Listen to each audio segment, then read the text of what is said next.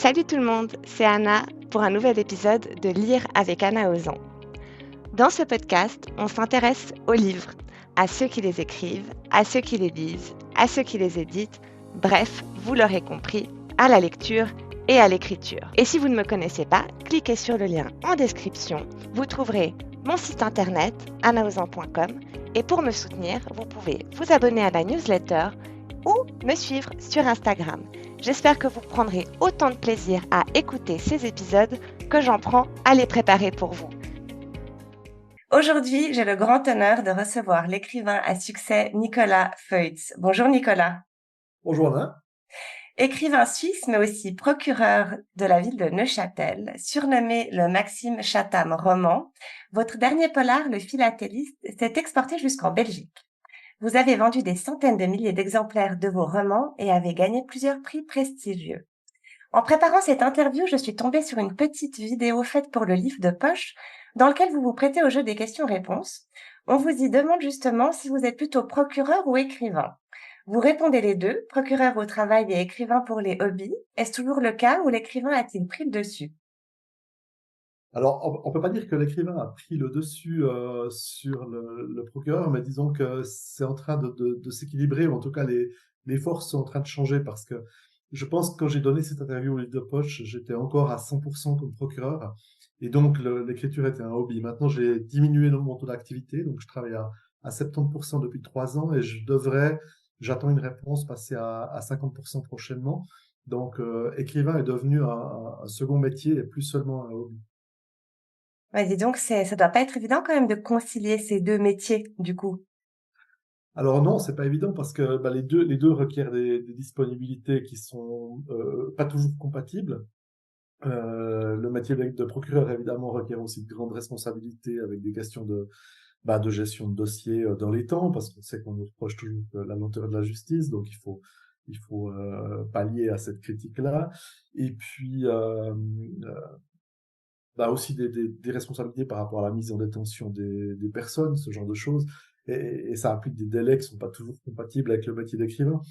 D'un autre côté, le métier d'écrivain, l'écriture était un travail extrêmement solitaire, qu'on peut caser un petit peu dans les moments libres ou dégager des journées ça et là. Mais après, il y a aussi des impératifs comme des participations à des salons, des dédicaces. Et ouais, comment dire ça, faut jongler avec l'agenda et c'est pas toujours évident. Oui, effectivement, j'imagine. Alors, comment en êtes-vous venu à l'écriture et notamment de votre premier roman, Il Morand, l'avènement du guerrier en 2010, alors que vous meniez déjà une carrière en tant que juge d'instruction à ce moment-là? Alors, les débuts d'écriture sont un petit peu un accident. Bon, c'est peut-être beaucoup dire un accident parce que j'avais déjà fait des tentatives d'écriture auparavant, au milieu des années 2000, mais qui n'étaient pas forcément concluantes. Et puis en 2010, ce qui s'est passé, en octobre 2010 pour être plus précis, je suis parti en voyage au Kenya, en vacances. Le but était de faire un safari dans le Masai Mara pendant 10 jours au Kenya, mais j'avais omis dans le planning que le safari était que les 3 derniers jours. Et les 5 premiers jours sur place, c'était du balnéaire. Et j'avais pris avec moi un seul livre, un polar de Jean-Christophe Granger, le vol des cigognes. Donc c'est l'auteur des Rivières pourpres en particulier.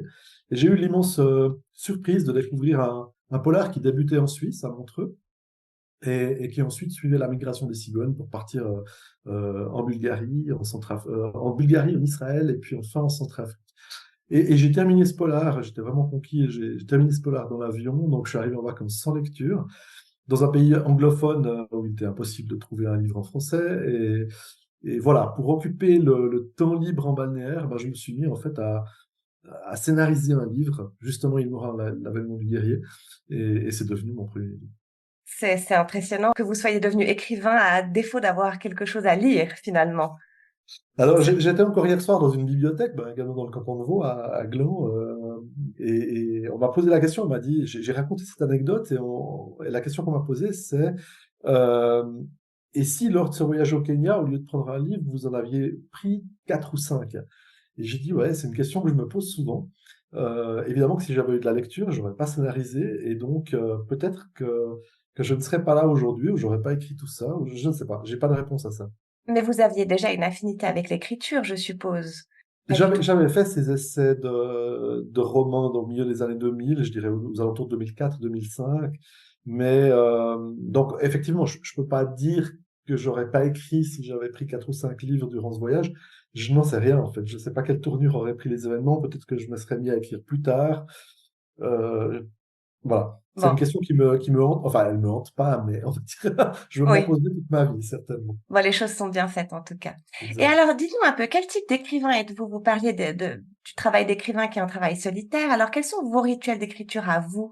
Est-ce que vous écrivez plusieurs romans en parallèle? Est-ce que vous avez justement besoin de vous isoler?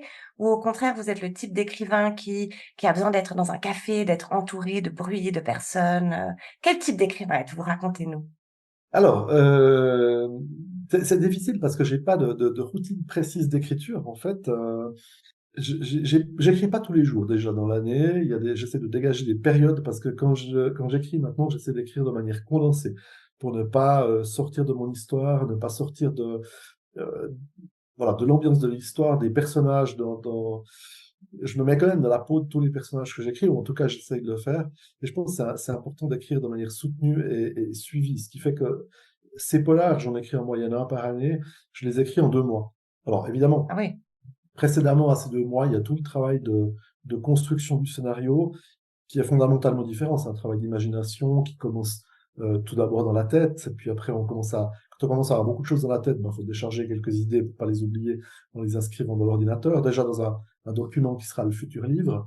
Mais cette période-là de construction du scénario peut prendre, c'est très variable, ça peut prendre 3 mois, 4 mois, 5 mois au fil des idées. C'est beaucoup moins soutenu. Mais ensuite, une fois que le scénario est terminé et que je le prédécoupe en chapitres, là, c'est vraiment important que j'écrive non-stop pendant 2 mois, tous les jours. Minimum 2 à 3 heures par jour. D'accord. Et donc, vous avez toujours sur vous un petit calepin et un stylo pendant cette période de maturation des idées, justement, et de créativité avant l'écriture? C'est plus numérique, c'est-à-dire que Oui, d'accord, oui. voilà, je me promène, on peut dire que je me promène pratiquement jamais sans mon ordinateur portable. Oui, Donc, si j'ai vraiment beaucoup d'idées qui viennent d'un coup, et notamment lors de trajets en voiture, par exemple, ou d'un voyage, il faut que j'ai mon ordinateur et que je verse ça au premier arrêt pour ne pas les oublier. La technique du calepin et du stylo, je l'ai eu au début, mais je l'ai eu notamment au Kenya lors du voyage de 2010, parce que sur place, je n'avais pas mon ordinateur, j'avais aucune idée que j'allais devoir faire ça. je vois. J'ai noirci des feuilles de papier lors de ce voyage. Et alors, dites-moi, est-ce que vous vous inspirez de votre profession pour vos intrigues? Oui, mais dans les limites de la loi, c'est-à-dire dans les limites du secret de fonction en particulier. Donc, je m'inspire très librement et énormément d'ailleurs de ce que j'appelle les généralités, c'est-à-dire les méthodes de travail de la police judiciaire, de la gendarmerie, de la police scientifique, de la médecine légale, enfin tout cet univers finalement dans lequel je vis depuis 25 ans. Et puis, je vais aussi m'inspirer voilà, d'interventions que j'ai eues sur des scènes de crime avec ouais, ça peut être à 3 heures du matin sur un meurtre assassinat, ça peut être dans d'autres circonstances. C'est des scènes dans lesquelles il y a une ambiance très particulière, il y a des dialogues évidemment professionnels, mais pas que. Il peut arriver qu'on ait des réactions avec la police, avec le médecin légiste, qui sont humaines, mais qui seraient peut-être choquantes pour le commun des mortels, de les voir depuis l'extérieur. Il nous est Oui. arrivé de choper un fou rire ou de rire sur une scène de crime, ce qui est pas, je pense, que c'est une manière, psychologiquement, c'est une manière de débrayer, on va dire, Et vous de avez pas débriefer. l'impression de faire des heures supplémentaires? C'est pas une façon de ramener du travail à la maison, finalement, de rester dans la thématique de votre travail, de votre fonction qui était votre fonction principale jusqu'à présent? Alors, oui et non. C'est-à-dire que on m'a souvent demandé, on m'a souvent posé cette question en me disant, est-ce que pour le côté créatif, tu n'aurais pas préféré faire voilà, du feel good, de la poésie, ce genre de choses. J'ai dit non. En réalité, c'est pas mon travail de juge d'instruction ou de procureur qui m'a amené au polar. C'est mon attrait du polar thriller en général, et qu'il soit au cinéma, qu'il soit à la télé, en littérature. C'est un attrait que j'ai depuis l'âge de 14-15 ans. Oui. Donc, j'aurais pas eu l'idée de partir dans un autre registre en écrivant. Et au contraire, je dirais que mon travail a nourri ça, c'est-à-dire qu'il m'a amené la possibilité de mettre sur des idées qui sont parfois plus récréatives, plus cinématographiques, de mettre des méthodes de travail véridiques, des ambiances que je pense être vraies, ce genre de choses. Après le boulot d'écrivain, ou qui était un hobby à la base, reste quand même extrêmement récréatif pour moi. Vos polars sont sombres, vous mettez en scène des tueurs aux méthodes cruelles, et vos romans sont pas sans me rappeler certains auteurs de polars nordiques. Quels sont les auteurs qui vous ont justement, vous, marqué personnellement, et quels sont ceux que vous lisez, si vous avez encore le temps de lire avec toutes vos activités, justement? Alors c'est vrai que depuis que j'écris, et surtout maintenant encore plus intensément que les polars pour les adultes, les polars pour les enfants et tout ça, j'ai de moins en moins le temps de lire malheureusement. Donc je fais comme beaucoup de gens, c'est-à-dire que je lis essentiellement en vacances. Là, je fais vraiment une coupure et avec le boulot de procureur évidemment, mais aussi avec le boulot d'écriture. Et là, je vais lire essentiellement du polar parce que c'est ce que j'aime. De toute façon, c'est ce que j'aimais déjà avant d'écrire. Euh, je- bien avant d'écrire, je dirais, il faut remonter à 20, 30 ans derrière, je lisais essentiellement des polars américains. Et puis j'ai eu ma période entre guillemets américaine. Et puis ensuite, il y a eu les Nordiques qui sont arrivés. Donc j'ai eu ma période nordique avec Mankell, avec John Nesbo, avec Camilla Läckberg et d'autres.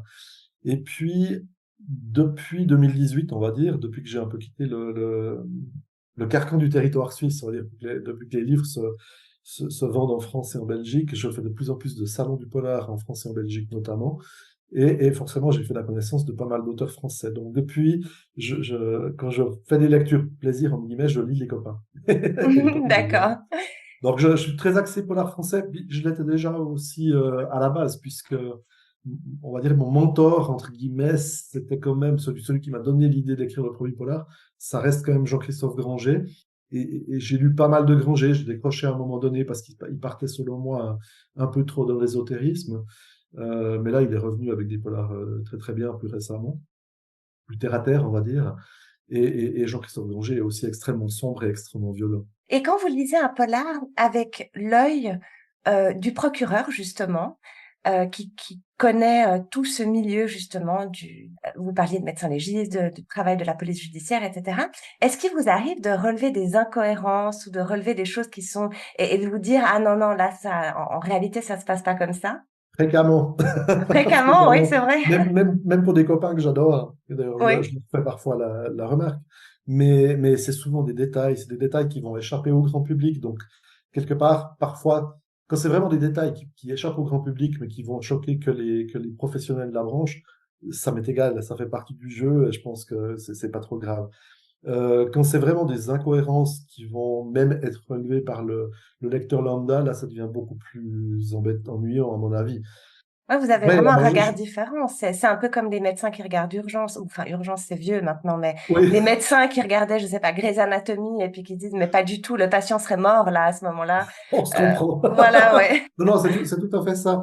C'est tout à fait ça, mais souvent, c'est des petits détails. Je me rappelle, j'ai rigolé avec Nico Taquian, qui est un auteur parisien, et qui a voulu à un moment donné écrire un polar qui se passe sur la Riviera vaudoise. Donc, il m'avait contacté pour que je le renseigne sur les procédures suisses, mais il a pas jugé bon que je relise son livre avant sortie. Alors, il avait quelques incohérences, mais c'était des détails. Et un détail qui m'avait fait sourire, c'est quand il écrivait que les policiers de la police cantonale vaudoise, basée à Vevey, mettaient le GPS pour aller au CHUV. Et je pense que tout policier, même au-delà des frontières vaudoises, tout policier suisse sait exactement où est le CHUV. Ah, on peut jouer après sur les mots, on peut se dire oui, mais ils ont mis le GPS pour regarder s'il y avait des bouchons. Bon, mais ça, il ne le dit pas. Alors, ma prochaine question porte justement sur les polars jeunesse que vous avez écrits pour la collection Frisson Suisse. Ça doit être une façon d'écrire et une approche très différente du polar, j'imagine. Comment est-ce que vous fixez les limites et le cadre lorsque vous écrivez pour des jeunes, et notamment pour ce qui est du gore, si j'ose dire, et de la partie plus sombre? Alors, il faut savoir que la collection Frisson Suisse, c'est une collection qui a été créée par Ozu en 2019. Et puis Ozu nous avait approché avec Marc Woltenauer au Salon du Livre de Genève, je crois que c'était en 2017 ou 2018, pour nous demander en fait de lancer cette collection. Et à l'origine, la première réponse avait été non de notre part parce qu'on se sentait pas du tout capable d'écrire pour les jeunes. Et Ozu est revenu quelques mois après à la charge en disant, mais réfléchissez-y, on aimerait vraiment que vous lanciez ça. Mmh. Et là, on a commencé à leur poser des questions plus précises. Et justement, il y avait des questions relatives à l'adaptation du vocabulaire. Est-ce qu'on devait adapter notre vocabulaire aux jeunes, mais le cas échéant, comment? Et là, ils Oui, nous ont vite rassurés en nous disant, non, vous écrivez comme vous écririez pour les adultes en termes de construction de phrases, utilisation de mots. Et au besoin, c'est l'éditeur qui atténuera certains mots ou certaines phrases pour les jeunes. Donc là, ça nous a déjà un peu rassurés. Et après, la question suivante, c'est aussi le contenu. Qu'est-ce que des jeunes de 10-12 ans, parce que c'est à cette tranche d'âge que la collection Frisson s'adresse, oui. euh, qu'est-ce qui les intéresse? Et avec Marc, on s'est pris la tête parce que Marc n'a pas d'enfant, les miens étaient déjà plus âgés, ils n'avaient jamais vraiment lu non plus, donc j'avais pas de repères. J'ai dû repartir dans mes propres repères à 10-12 ans, qui était probablement le club des 5, jadis encore en bibliothèque rose, qui Oui. aujourd'hui est en bibliothèque verte apparemment. Mais je n'étais pas sûr que ça plaise encore aux jeunes aujourd'hui. Donc c'était bourré de points d'interrogation. Et une des questions aussi, c'était bon, le niveau de trash. C'est bien clair qu'on savait qu'on devrait atténuer la chose. Et, et une question de base, c'était est-ce qu'on a le droit de mettre dans un récit pour des 10-12 ans un meurtre? Et je me souviens toujours de la réaction de l'éditrice d'Ozu qui avait souri un peu bizarrement à cette question. Je m'étais rendu compte qu'elle n'y avait pas du tout réfléchi. Et elle m'avait répondu, ouais, je sais pas, peut-être que oui, peut-être que non. Puis après, elle avait dit, dans tous les cas, pas trop violent. Alors j'avais éclaté de rire parce qu'un meurtre est forcément violent, mais j'avais compris ce qu'elle voulait dire par là, c'est-à-dire un meurtre pas trop, voilà, pas trop trash, pas des tripes à l'air, pas du sang partout, et un meurtre entre guillemets plus propre. Donc voilà, il y en a eu un dans mon premier Frisson Suisse qui était finalement un prof qu'on retrouvait noyé dans la piscine d'un collège.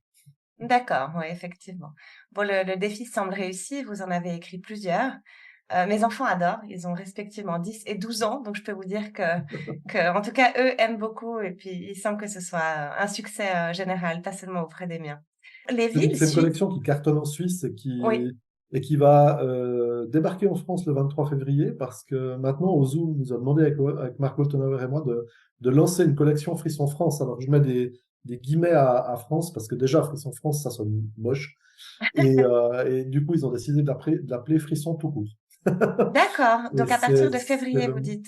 voilà, le même concept que Frisson Suisse, simplement on enlève le Suisse et c'est des histoires qui vont se passer en France. Et du coup, c'est une collection qui va être distribuée toute francophonie. Donc, D'accord. Ah oui, c'est intéressant, donc le concept s'exporte. Très bien. exact. Alors, bah, justement, vous parlez de Frisson Suisse qui s'appellera Frisson en France et dont les histoires se passeront en France, ce qui me permet d'introduire ma prochaine question, où justement, les villes suisses sont souvent le tableau de vos romans. Neuchâtel dans Le Miroir des âmes, Le Valais dans Le Verdict de la truite, Genève, Vaud et le Jura dans Le Philatéliste.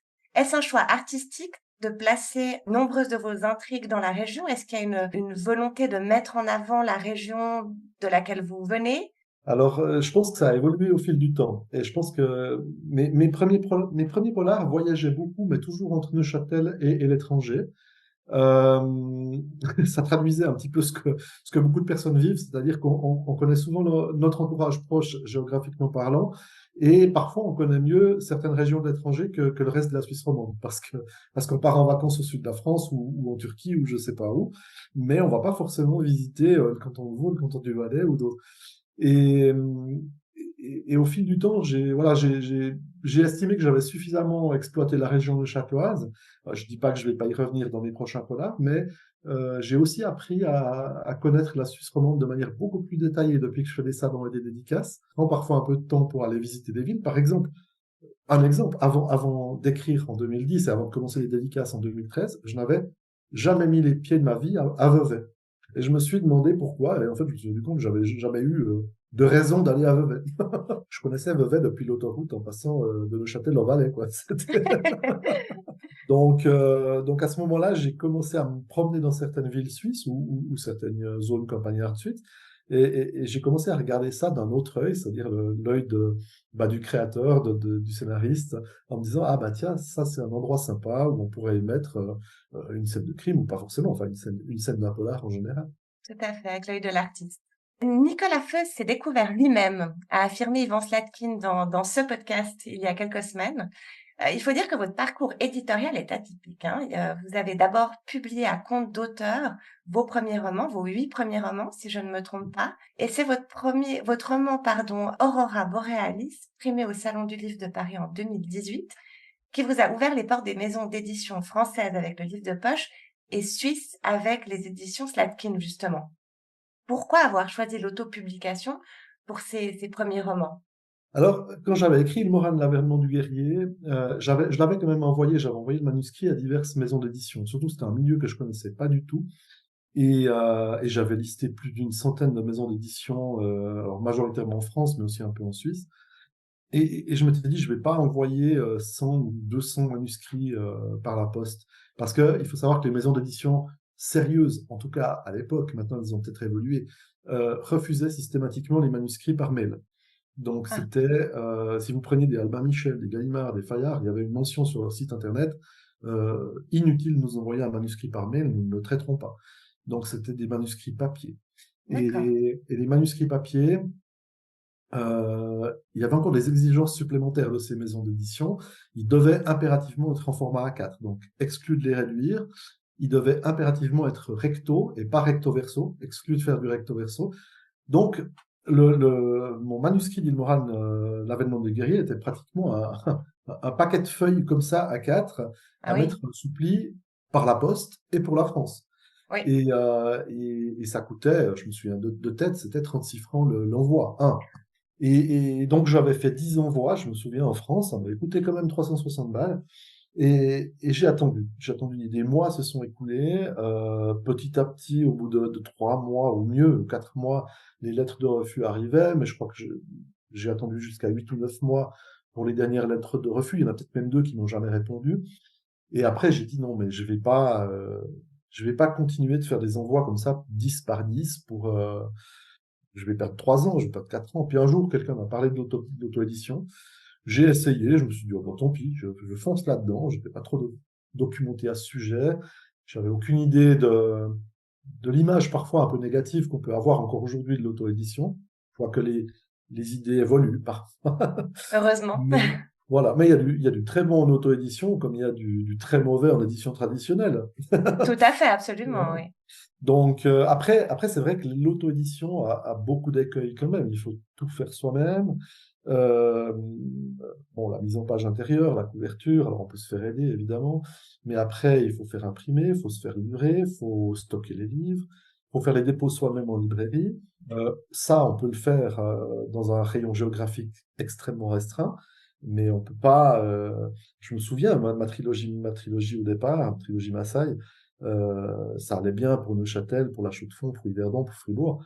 Quand j'ai commencé à recevoir des commandes de Payot Genève, de Payot Sion, qui me commandaient une trilogie, soit je l'envoyais par la poste et ça me coûtait bonbon, en fait plus que le bénéfice que j'aurais retiré. Oui, tout à fait, oui, je Voilà. comprends. Soit je me déplaçais à Sion ou à Genève, et de toute façon, je dépensais plus en essence aussi, et c'était totalement inutile, et puis c'était incompatible avec mon autre travail. Donc, j'ai eu une immense chance, enfin, on va dire, j'ai eu deux immenses chances dans mon parcours d'auto-édité que d'autres auto-édités n'auront probablement pas ou et ne pourront pas avoir.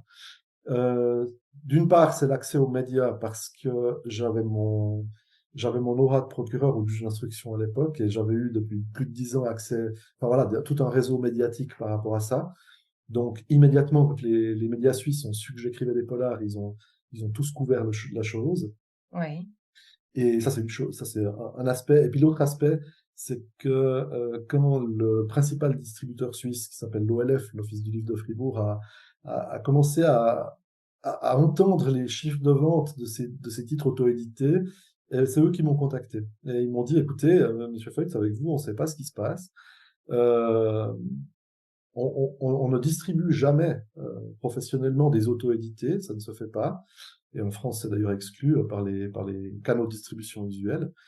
Mais avec vous, on envisage de faire une exception parce que voilà, on ah ne sait pas ce qui oui, se passe. Donc j'ai eu la grande chance très rapidement, en 2014, de pouvoir signer un contrat de distribution avec l'OLF, ce qui fait qu'en fait, même en étant auto-édité, j'étais distribué comme tous les autres pratiquement, et même probablement plus parfois. Donc, Mais c'est un peu le conte de fées de l'auteur autopublié, hein. Finalement, Ouais. les auteurs qui ne trouvent pas d'édition, de maison d'édition, c'est un petit peu leur rêve, c'est d'être repérés et d'avoir une histoire comme la vôtre. Oui, alors c'est comme l'histoire de Joël Dicker qui est devenu mon éditeur maintenant. On essaie d'analyser, on se dit comment il a fait pour en arriver là. Je pense que c'est un milieu dans lequel, mais comme tous les milieux artistiques, il y a énormément de hasard. Euh, alors pas seulement du hasard, bien évidemment, mais il y a des conjonctions de facteurs qui font que parfois on arrive au bon endroit au bon moment. Et c'est pas toujours, et c'est même, je dirais, rarement les critères de la qualité du texte qui vont faire que quelqu'un se vend ou se vend pas. Mhm. Il y a des excellents auteurs qui mériteraient d'être 1000 fois plus connus, mais qui n'y arrivent pas pour des raisons de force de frappe de maison d'édition, ou voire même parce qu'ils trouvent pas de maison d'édition. Et Oui, puis, il y a des auteurs, enfin, il y a des auteurs, je les citerai évidemment pas, mais il y a des textes que je trouve vraiment, on va dire, discutables en termes de qualité, mais qui ont percé parce qu'ils sont arrivés chez des maisons d'édition qui avaient des forces de frappe commerciales et publicitaires énormes, et puis qui ont décidé de pousser certaines choses. Alors, évidemment, sur le long terme, si on fait de la M, si j'ose, oui, sur le long terme, forcément que la courbe va descendre. Donc ça va oui, se... oui. Euh, c'est- Après, c'est les excellents vendeurs qui sont restés là je dirais, relativement réguliers sur la durée, c'est qu'il y a quand même des qualités Bien sûr. qui correspondent alors peut-être pas aux amateurs de grande littérature, je les mets en guillemets, mais qui vont correspondre à une large majorité du grand public. J'entre clairement dans cette catégorie-là. Oui, il y a un talent. Oui. J'ai aucune prétention littéraire, j'ai juste la prétention d'amuser le public. C'est tout. Dites-moi quand même, il y a une grande différence entre l'autopublication qui permet une liberté quasi totale. Alors, il y a des contraintes évidemment, mais une grande liberté de choix, contrairement à la publication avec une maison d'édition qui a en droit de vous demander de faire des modifications ou de vous imposer ses choix. Comment est-ce que vous l'avez personnellement vécu? Est-ce qu'on vous a imposé des choses dont vous n'aviez pas envie? Comment c'est de passer de je fais ce que je veux à je dois suivre une certaine ligne qu'on m'impose? Alors, je pourrais répondre différemment selon les points, mais c'est vrai que j'ai été relativement surpris à mon premier polar édité traditionnellement. C'était Le Miroir des âmes en 2018. Et c'est vrai que l'éditeur avait été assez interventionniste sur le texte, et notamment avait carrément supprimé un, deux ou trois chapitres entiers. Et là, je me suis dit, oh, t'as bossé pour rien. Ça m'avait un peu frustré. Et puis, en fait, rétroactivement, je me suis dit, mais non, il avait raison. C'est pour des questions de rythme dans l'histoire. Peut-être les chapitres qu'il a supprimés ou qu'il a suggéré de supprimer, parce que j'avais quand même mon mot à dire. Il ralentissait l'histoire à un moment donné où il fallait justement pas la ralentir. Donc, finalement, je trouve que c'est très important d'avoir un regard extérieur sur le texte, parfois même peut-être un regard extérieur entre guillemets parental, donc qui va imposer une décision à l'enfant, Oui. même si l'enfant est pas très content sur le moment, et quelques mois après ou quelques années après, on se dit non mais j'ai bien fait voilà, j'ai bien fait d'être coaché en fait. Mmh. Alors c'est pas toujours le cas parce que alors il y a une chose qui m'énerve profondément dans le travail d'édition. Là, je parle essentiellement du travail d'édition française actuellement, c'est ce qu'on appelle la terminologie est très contestée, mais c'est le wokisme, donc wokisme Oui, dans sa version d'origine est quelque chose de très positif, hein, quand on parle des combats antiracistes, voilà, de minorités de toutes sortes. Ça, c'est très positif. Par contre, maintenant, on a ce terme wokisme qui a évolué et qui est devenu hyper négatif, notamment par rapport au fait de tout vouloir canceler. C'est la cancel culture, finalement. absolument, oui. Et là, il y a des éditeurs maintenant qui commencent au moment de retravailler sur le texte en disant non mais là ce mot ça va pas, cette phrase ça va pas, parce que là on va se mettre à dos la communauté LGBT, parce que là on va se mettre à dos les communautés, enfin les comités antiracistes et tout ça. Et je suis là mais non. Et ça va trop loin, oui, ce Ouais, ça va wokisme beaucoup trop loin. détourné, ouais, vous prêchez une convaincue, absolument. Alors vous mentionniez Joël Dicker. Ma question est, justement, votre dernier roman, Le Philatéliste, publié en fin d'année dernière, et le premier paru aux éditions genevoises Rosie Wolf, qui est justement la maison d'édition fondée par Joël Dicker. Qu'est-ce qui a motivé votre changement de maison d'édition, puisque jusqu'à présent vous étiez aux éditions Slatkin? Qu'est-ce qui vous a donné envie de changer? Alors, il y a eu beaucoup de choses. En fait, en 2018, je suis passé techniquement dans la branche, enfin, chez Slatkin et compagnie, qui était en réalité la branche parisienne de Slatkin Genève, parce que Slatkin Genève n'avait aucun moyen d'être distribué, ou en tout cas très peu d'être distribué sur sol français, ou dans toute la francophonie. Ça restait une distribution majoritairement suisse. Et Slatkin Genève avait créé cette branche parisienne, mais qui est gérée vraiment par des Parisiens, pour la distribution en France et en Belgique en particulier. C'était néanmoins c'est une maison qui a été créée de mémoire en 2000, je parle de mémoire en 2016, je dirais, sauf erreur, et qui était relativement jeune, qui n'avait pas des canaux de distribution très puissants. Et j'ai rencontré quand même, avec Marc Woltenauer, qui était aussi et qui est toujours formellement dans cette maison, on a rencontré pas mal de problèmes pour monter, je dirais, hors frontières suisses. Euh, alors, Slatkin et compagnie a fait d'excellentes choses pour moi, et je pense que la principale chose qu'ils ont obtenue pour moi, c'est la signature du contrat avec le livre de poche, comme ils ont signé aussi le contrat avec Marc Woltenauer, enfin chez Pocket, Oui, et ça, c'était vraiment génial, ça, faut le reconnaître. Mais après, il y avait quand même des limites pour se faire connaître dans le réseau extrêmement vaste des libraires français, avoir accès aux journalistes français, ce qui est beaucoup plus difficile que d'avoir accès aux journalistes suisses, et tout ce petit monde finalement. Aussi les contacts avec la distribution, diffusion, où Slatkin et compagnie, je me suis rendu compte, figurait en bas de catalogue des représentants qui faisaient la tournée des librairies.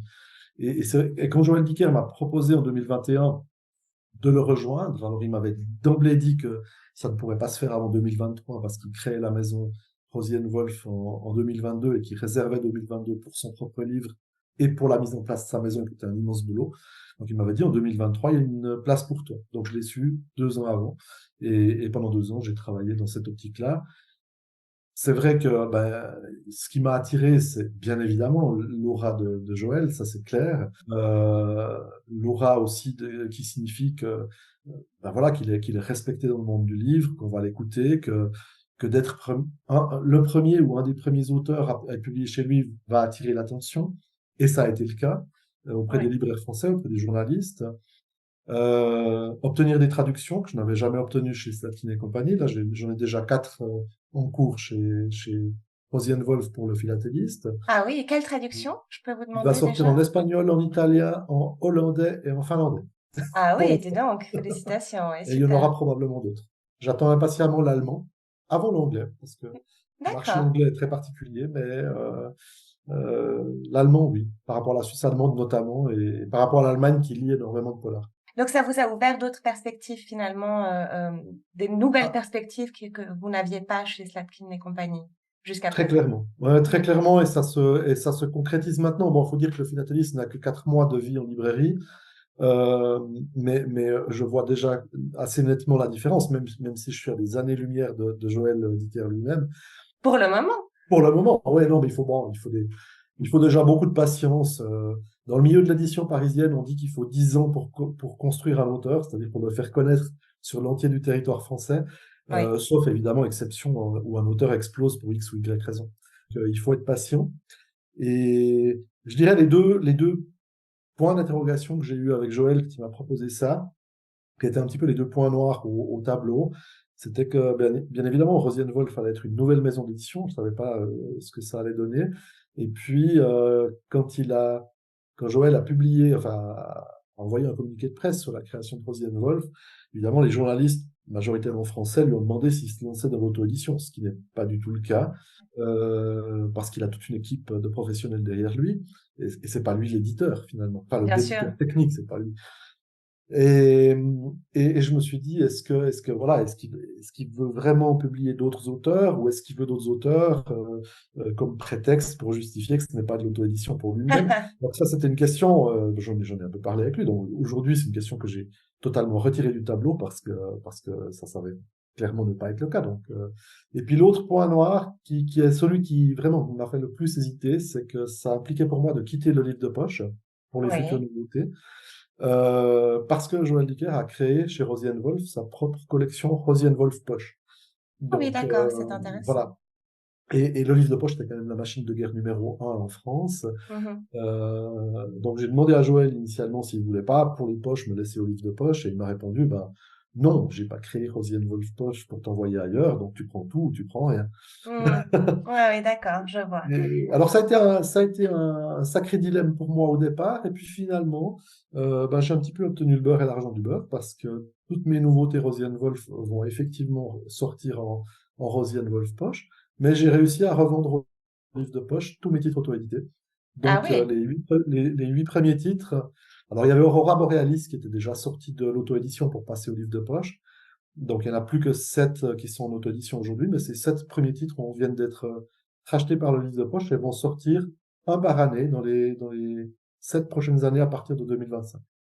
Ah oui, effectivement. Alors, un magnifique succès, bravo. Merci. J'en profite pour mentionner que j'adorerais recevoir quelqu'un des éditions Rodian Wolf. Je les ai déjà sollicités sans succès, mais je ne lâcherai pas l'affaire et je vais retenter le coup auprès d'eux parce que c'est vraiment intéressant ce qu'ils proposent justement et en tant finalement nouvelle maison d'édition genevoise qui propose quelque chose de différent de ce qui existe déjà, je trouvais que c'était intéressant. Voilà.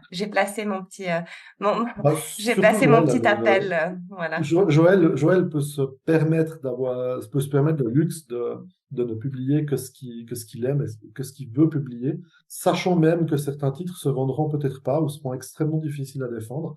Et ça, il s'en fiche. Et C'est il une a raison. chance. Oui, Et tout à toutes fait. les maisons d'édition, et en particulier les petites maisons d'édition, ne peuvent pas se permettre ce luxe-là. Dites-moi, Nicolas Feutz, vous êtes un écrivain prolifique et inspiré. Est-ce que vous êtes déjà en train d'écrire ou de penser à votre prochain roman? Alors, mon prochain roman est déjà fini en premier jet. Donc, je l'ai envoyé à Joël Dicker il y a une semaine. Ah oui, d'accord. Ah oui, oui. Et voilà, fin janvier, je lui avais promis un premier jet pour le 31 janvier. J'ai respecté l'échéance. Et là, il est en relecture. Je vais avoir un Zoom avec Joël pour en discuter. Il tient à faire la lecture lui-même dans un premier temps. Il l'a déjà lu d'ailleurs. On a déjà eu un échange téléphonique. Et Ah maintenant, on oui. va partir dans le travail d'édition proprement dit. Et en fait, actuellement, je suis déjà en train de plancher sur le suivant, c'est-à-dire sur 2025, parce que celui qui a écrit, que j'ai rendu à Joël tout récemment, il est prévu pour le 3 octobre 2024. D'accord. Donc vous avez une sorte de rythme d'un polar par année finalement. C'est ça. Ouais, Comme, en réalité, j'ai sorti à ce jour 17 polars en 14 ans. oui. Alors, il y en a eu 3 de plus qu'un par année, parce qu'il y a eu le Covid là au milieu qui m'en a fait écrire 2 de plus. Il y a eu un espèce de tournus à un moment donné un peu plus serré qu'un par année. En l'espace de 3 ans, 4 ans, j'ai sorti un polar tous les 9, 10 mois environ. Mhm. Euh, mais maintenant, j'ai récupéré un rythme manuel et je pense à terme, j'en ai discuté avec Joël Dicker aussi, rester calé sur l'échéance d'octobre. Donc, je repars sur un rythme D'accord. manuel. Où est-ce qu'on peut vous retrouver alors prochainement? Il y a la Foire du Livre à Paris, il y a le Salon du Livre. Quelles sont vos prochaines activités, vos promotions? Si on veut vous trouver, faire dédicacer son livre, vous rencontrer, où est-ce qu'on doit aller? Est-ce qu'on parle de la Suisse ou du reste de la francophonie? On parle de partout. Alors, la Suisse, évidemment, la grosse échéance prochaine, c'est le Salon du Livre de Genève, du 6 au 10 mars, à Oui, Palexpo. Donc ça, j'y serai les 5 jours non-stop, en dédicace non-stop, ou avec de temps en temps une table ronde. oui, Et ça, c'est pour la Suisse. Bien évidemment qu'après les autres échéances suisses, il faudra attendre le mois d'août et septembre avec Saint-Pierre-de-Clage, avec le livre Soleil qui amorge. Je serai quand même aussi en juin au Festival de jeunesse d'Yverdon, plus pour les oui. frissons. Mhm. D'Yverdon, qu'est-ce que je dis, pardon, de Vevey en juin. Yverdon, D'accord. c'est une année. Ça, c'est pour la Suisse. Évidemment, il y aura aussi des dédicaces en librairie. Et puis pour la France, alors, Festival du Livre de Paris, je viens d'y renoncer finalement, c'était trop compliqué. J'y ai renoncé au profit d'un salon du Polar en Haute-Savoie.